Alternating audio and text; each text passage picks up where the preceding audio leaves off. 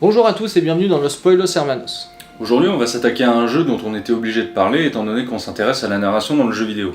Et ce jeu, il s'agit d'Heavy Rain, sorti en février 2010 sur PlayStation 3, développé par les studios Quantic Dream, et c'est un film interactif qui a été conçu par David Cage. Alors David Cage, c'est le créateur archi-célèbre de Fahrenheit, Beyond Two Souls, entre autres, et il se plaît à décrire Heavy Rain comme un thriller pour adultes, où chaque décision va avoir un impact décisif sur l'histoire. Le jeu proposant prétendument 18 fins différentes, il va nous être compliqué de vous dévoiler l'histoire, surtout que celle-ci est censée changer d'une partie à l'autre.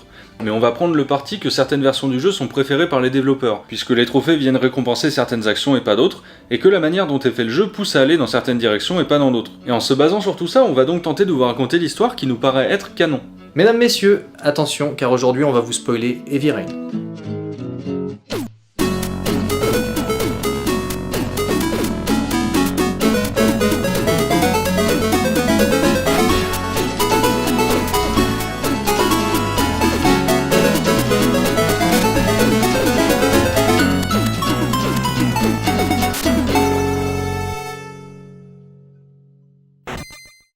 Heavy Rain, c'est donc d'abord l'histoire d'Ethan Mars, un père psychologiquement fragilisé après la perte de son premier enfant. Pendant qu'il s'occupe de Sean, son autre fils, entre deux séances chez le psy, la ville ne parle que du tueur aux origamis, un psychopathe qui kidnappe des gamins pour les noyer dans l'eau de pluie en laissant le cadavre dans un terrain vague avec un petit animal en papier plié. On en vient d'ailleurs à prendre le contrôle de Scott Shelby, un détective au gros nez qui enquête sur le fameux tueur en interrogeant les familles des victimes, à commencer par une prostituée du nom de Lauren Winter qui joue comme une patate. C'est 50 billets.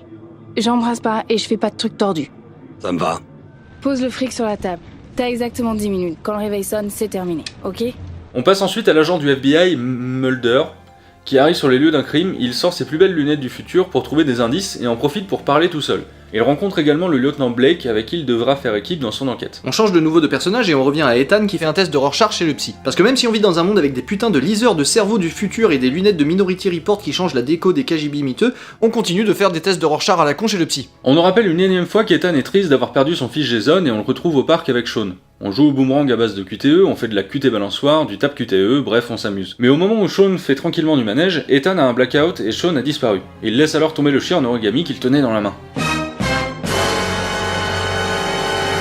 Mulder épluche le dossier de l'affaire pendant qu'Ethan Mars vient rapporter la disparition de Sean à Blake. Puis on a droit à un brin de discussion avec son ex-femme paniquée, l'occasion de nous rappeler qu'Ethan a aussi perdu Jason par le passé. Bref, à partir de là, on va pas arrêter de switcher entre les différents personnages pour faire avancer l'enquête du tueur aux origamis. Shelby, le bagarrant au gros pif, passe récupérer des éléments laissés par le tueur chez un épicier et chez une mère célibataire. On nous introduit un nouveau personnage très intéressant que je vais appeler Madame je roule du cul pieds nus en petite culotte et on nous fait le coup du oh non, il se passe un truc horrible, ah non en fait c'était qu'un rêve. Puis on revient à Ethan qui se rappelle qu'il a perdu Jason mais également Sean maintenant. Il se dit ce que le jeu voulait déjà nous faire penser, qu'il est le tueur aux origamis et qu'il commet ses meurtres durant ses blackouts. Je vous rappelle qu'il est schizophrène. Sauf que maintenant que le jeu a établi ça, Ethan n'aura plus du tout de blackout.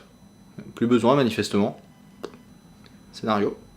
En tout cas, il tient devant lui une lettre du tueur qui le mène à une boîte renfermant plusieurs origamis, un flingue, un téléphone avec une vidéo de Sean enfermé, et une adresse où l'attendent 5 épreuves lui permettant de connaître la localisation exacte de Sean. Et à partir de là, le jeu va devenir une espèce de saut pour Ethan.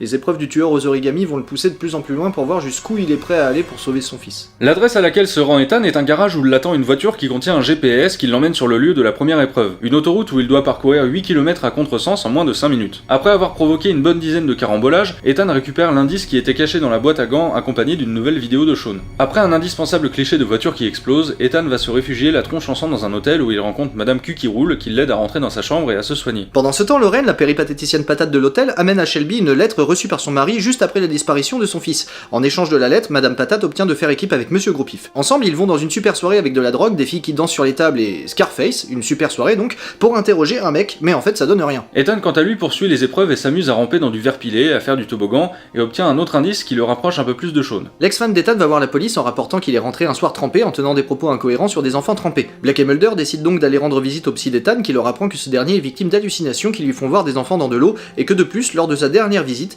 il a laissé tomber un origami. Ils sont maintenant persuadés qu'Ethan est le tueur et vont tenter de l'arrêter. Mulder, qui ne croit pas à la culpabilité d'Ethan, poursuit ses investigations de son côté. Grâce à un ami horloger, Shelby identifie la machine à écrire qui a servi à taper l'adresse sur l'enveloppe de la lettre envoyée par le tueur. Mais l'horloger se fait assassiner avant de révéler ses livres de comptes contenant le nom des clients clients qui lui ont acheté des pièces pour la machine en question. Les épreuves d'Ethan lui demandent de se couper un doigt face à une caméra pour pouvoir progresser, puis de tuer quelqu'un. Madame Roule du cul trouve l'adresse du propriétaire de l'appart dans lequel Ethan s'est tranché le doigt, elle décide de s'y rendre et se retrouve confrontée à un dangereux psychopathe qui manque de la tuer, mais qui n'est pas le tueur aux origamis. Elle ne repart pas tout à fait bredouille puisqu'elle y trouve également la carte d'un club. Dans la foulée, elle décide donc d'aller rendre visite au patron de la boîte. Pour attirer son attention, Madame Roule du cul décide de rouler du cul et obtient un nom, celui de John Shepard. John Shepard nous est introduit par l'enquête de Shelby Gros-Pif car lui découvre que John Shepard est mort il y a 30 ans. Celui-ci s'est retrouvé coincé dans un chantier et est mort noyé dans un trou rempli d'eau de pluie sous les yeux de son frère jumeau. Mulder trouve le corps sans vie du patron de la boîte dans son bureau avant de se faire agresser par un type dont l'identité est bien cachée, puisqu'il porte un chapeau et un impair. Il est où, Cadoc? Il est bien caché? Selon les gardes, ce gars disait s'appeler John. Attendez. John, c'est qui? Ben, c'est moi. Vous vous appelez pas Frédéric? Pendant ce temps, Ethan s'envoie en l'air avec Madame Roule du cul, et tandis qu'elle roupille après avoir batifolé, Ethan fait ce que tout mec qui se respecte aurait fait, il fout le camp après avoir fouillé dans ses affaires.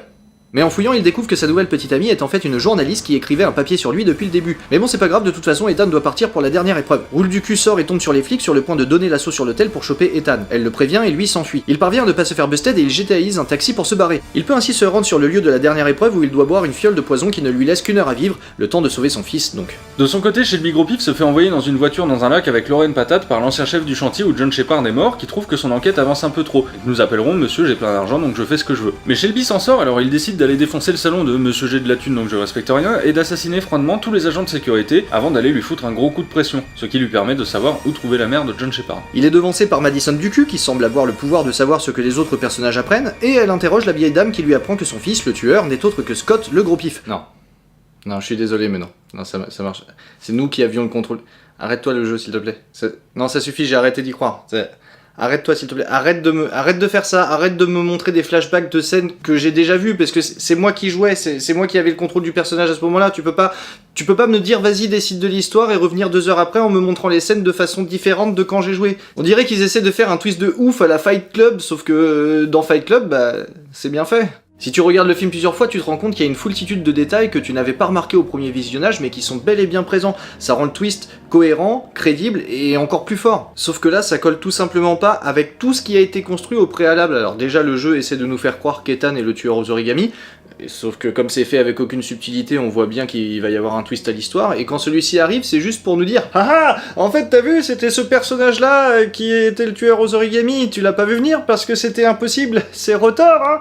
Non, c'est pas Rotor les gars, c'est juste écrit avec le cul. Bref, aussi débile que ça puisse être, Madison apprend que le tueur aux origamis n'est autre que Shelby, qui ne disait enquêter sur l'affaire que pour récupérer les traces laissées derrière lui. Elle se rend donc à l'appartement du tueur parce que merde, et elle pirate son ordi parce que merde, et en le déverrouillant, l'ordinateur lui affiche l'adresse où est détenu Shaun parce que merde. Malheureusement, le tueur au gros pif lui tombe sur le rad parce que merde, et plutôt que de buter un témoin gênant, il décide de l'enfermer dans son bureau. Parce que merde. Vous allez pas me dire que c'est pas débile, depuis le début il tue des mecs qui lui ont rien fait à tour de bras et là il préfère l'enfermer et foutre le feu à l'appartement. Bref, Ethan arrive sur le lieu où se trouve Shaun mais il est attendu par le tueur aux origamis. Bon, vu que c'est la dernière scène du jeu, en fonction de ce que vous avez foiré, ça peut se passer différemment. Mais là on va considérer que vous avez tout bien réussi et que tous les personnages sont en vie. Donc Scott Shelby lui dit qu'il est content d'avoir enfin trouvé un père aussi admirable que lui et il tente de le buter parce que merde, mais Mulder intervient à point nommé, engage le combat contre Shelby et le tue accidentellement tandis qu'Ethan a le champ libre pour tirer Shaun de la flotte. Cela fait 1 heure qu'Ethan a bu le poison et il n'est pas mort, le poison n'en était donc pas. Les flics arrivent pour arrêter Ethan mais Miss Boule Namas Mamous vient les prévenir qu'ils sont sur le point de faire une bavure. Le méchant est mort, les gentils sont vivants, l'enfant est sauvé, il s'arrête de pleuvoir et c'est la fin d'Heavy Rain.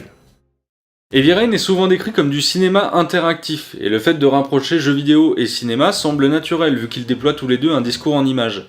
Le jeu vidéo et le cinéma partagent la propriété d'ordonner des sons et des images pour créer leur signification, ce qui les coupe des autres formes artistiques. D'ailleurs, les détracteurs du jeu vidéo d'aujourd'hui utilisent les mêmes arguments que les détracteurs du cinéma d'il y a un siècle. Leur principal argument est que les jeux vidéo nous mettent dans un état de retrait. C'est le dispositif qui est visé par la critique et non le contenu, tout comme le cinéma en son temps. Ainsi, on pourra souvent entendre parler du caractère abrutissant du média. On pourrait même penser que le jeu vidéo est du cinéma ultime, puisque le spectateur n'est plus passif, le joueur participe activement à l'intrigue, ce qui l'impliquerait d'autant plus émotionnellement, ce qui est le but de David Cage ici. S'il n'y a pas de joueur, l'intrigue ne progresse plus dans le jeu vidéo, contrairement à un film qui continue de défiler si jamais on part pisser. Mais imaginer que le spectateur n'est pas actif au cinéma est une erreur. Le spectateur investit également l'écran en imaginant par exemple ce qui se trouve au-delà des limites du cadre, et qui peut donc varier d'un spectateur à l'autre. Néanmoins, ne nous y trompons pas, l'état du spectateur face à un écran diffère entre le cinéma et le jeu vidéo. Le jeu vidéo s'est parfois inspiré du cinéma pour créer son discours, en se reposant sur des codes bien connus, là où la grammaire vidéoludique était encore à construire. Prendre comme point de départ un film connu et déjà digéré par la pop culture permet de fournir au jeu un background suffisant pour que l'utilisateur se passe d'un manuel. Il situe immédiatement qui est le gentil, le joueur, qui est le méchant, l'ennemi, et ce que le héros doit faire, le but du jeu, qui se trouve être souvent sauver la demoiselle en détresse. À cette époque, on ne peut pas confondre l'image d'un jeu et l'image d'un film, donc quand une icône passe d'un support à l'autre, elle ne le fait que comme un produit commercial, c'est-à-dire que Mario passe sur grand écran comme il passe sur mon t-shirt. C'est un ensemble de points qu'on reconnaît, mais qui n'affecte pas la logique du nouveau support. Comme on l'a évoqué avec Alundra 2, le fantasme de faire du jeu vidéo, du cinéma interactif est de plus en plus évident à réaliser. Avec la puissance des machines actuelles, les graphismes photoréalistes, les techniques de capture, motion capture, face capture, qui sont bien évidemment utilisés ici. Mais avec ce genre de pratique, on perd de vue ce qui fait la spécificité du jeu vidéo. Est-ce que le jeu vidéo a pour vocation d'être simplement du cinéma interactif ? Il existe un fond commun entre le jeu vidéo et le cinéma, ça c'est incontestable, c'est d'ailleurs ce qui explique la présence de nombreuses formes hybrides, comme Heavy Rain.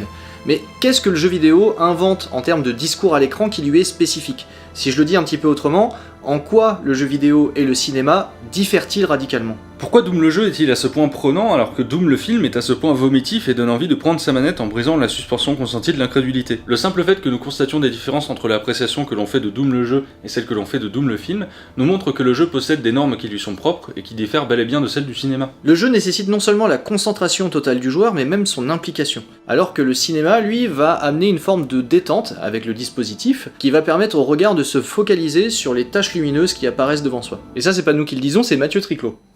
Mais plus que ça, le cinéma doit nous donner à voir un univers cohérent, pour lequel il va nous faire ressentir de l'empathie, là où le jeu va nous demander d'agir, de nous déplacer pour recréer l'espace environnant, et pas simplement le constater. Un degré de liberté en plus qui est justement une spécificité du média. Et pour nous rendre libres, il suffit pas de venir régulièrement nous taper du coude avec un QTE pour vérifier qu'on s'est pas endormi. Malgré ce qu'essaient de nous faire croire les développeurs d'Heavy Rain, on n'a pas la sensation de liberté. On a toujours l'impression d'être sur les putains de rails clichés d'un scénario avec des twists en mousse. De plus, tout un tas de choses viennent trahir le fait qu'il y a bien une histoire canon et que les autres possibilités ne sont que des versions alternatives de l'histoire principale. Les trophées donnent des indications très claires à ce sujet. Lorsque les crédits se déclenchent, on nous montre des scènes que l'on n'a pas nécessairement vues, et pour qu'un personnage meure ou fasse quelque chose qui va à l'encontre de ce qu'a préféré David Cage, il faut vraiment le faire exprès, louper 3 QTE de suite ou poireauter des plombes pour que l'action daigne se poursuivre. Lorsqu'il s'agit de nous faire aller dans le bon sens, le sens que les développeurs considèrent comme bon, il y a toujours une deuxième, troisième, quatrième chance de refaire notre action. On n'est jamais vraiment en danger et il n'y a aucun enjeu. Les personnages avancent tout seuls dans leur enquête pendant les temps de chargement et on n'a presque aucun contrôle sur leur choix ou leur déduction. Les livres dont vous êtes le héros font beaucoup mieux de ce côté-là, puisqu'ils n'influencent pas le joueur, les choix sont simplement posés là. En plus, la mort c'est la mort, pas d'histoire qui continue. On recommence au premier chapitre. Dans Heavy Rain, le fait qu'il n'y ait pas d'arrêt du jeu, que l'histoire continue coûte que coûte, semble être une bonne idée. Ça a le mérite d'être original. Sauf qu'en fait, c'est un peu malhonnête parce que chaque action ratée entraînera un game over différé. Le jeu durera moins longtemps ou on aura la mauvaise fin. En tout cas, on devra recommencer le jeu tout pareil si on veut être mieux récompensé. Mais voilà, Heavy Rain parut vraiment original à sa sortie, et les critiques se sont engouffrés dans la brèche hipster en confondant originalité et qualité. Et les 10 sur 10, 20 sur 20, 5 étoiles ont plus de toutes parts, les critiques étaient dithyrambiques, et même s'il a pas vraiment inventé grand chose depuis Dragon Slayer, David Cage a été porté au nu, son travail a été vraiment récompensé, il a même reçu la Légion d'honneur en 2014, quoi, la putain de Légion d'honneur. CNN en 2010 a élu Heavy Rain meilleur jeu de l'année devant Mario Galaxy 2 et Red Dead Redemption. Putain, devant Red Dead quoi. Et comment ça peut être le jeu de l'année? C'est à peine un jeu. C'est juste une pauvre suite de QTE. Et à la limite, même si on considère que c'est pas un mauvais moyen de raconter une histoire, même là, il faut avouer qu'un jeu comme Until Dawn s'en sort beaucoup mieux. Certainement parce qu'il est moins pompeux qu'Heavy Rain et s'adapte mieux au format en reprenant des codes de films de genre. Les jeux Telltale également parviennent à créer de l'empathie pour les personnages en laissant un tout petit peu plus de liberté, parfois à la manière d'un point and click. Mais ici, c'est même pas au niveau d'un téléfilm M6. Les personnages ne sont jamais attachants, les situations ne sont jamais crédibles, les animations ne sont jamais réussies, les musiques larmoyantes ne sont jamais à propos.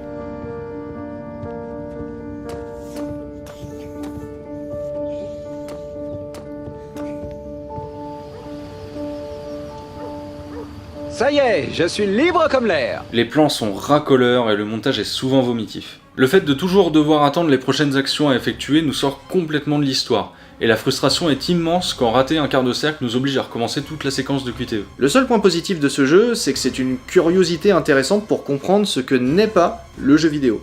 Et le simple fait de considérer le jeu vidéo comme du simple cinéma interactif, c'est une erreur. C'est un contresens sur ce qui fait la spécificité de ce média-là. Et ça, c'est ce que nous avons commencé à aborder il y a 3 épisodes, et que nous allons continuer à voir ensemble. Et comprenez bien que nous ne sommes pas du tout en train d'insinuer que vous êtes stupide si vous avez aimé Heavy Rain. Si l'expérience du jeu a été pour vous une bonne expérience, si vous avez apprécié votre rencontre avec Heavy Rain, c'est vraiment tant mieux. Simplement, nous ici dans le cadre de l'émission, on s'intéresse à ce que raconter des histoires dans le jeu vidéo a de particulier. Et de ce point de vue, Heavy Rain, malgré son succès critique et commercial, est un échec en ce qui concerne la spécificité du jeu vidéo. Et espérons que les prochains jeux auront vraiment à cœur de faire du jeu vidéo et non pas du cinoche.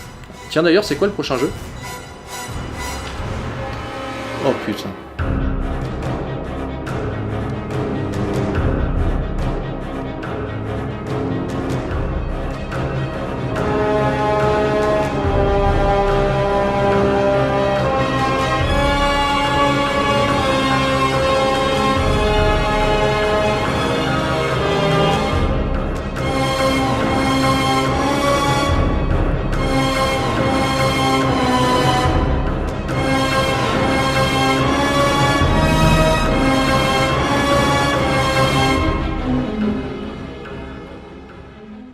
Oh putain. Oh putain. Ah putain. Oh putain. Oh putain. Putain. Oh putain. Oh putain. Putain. Jolie jaquette.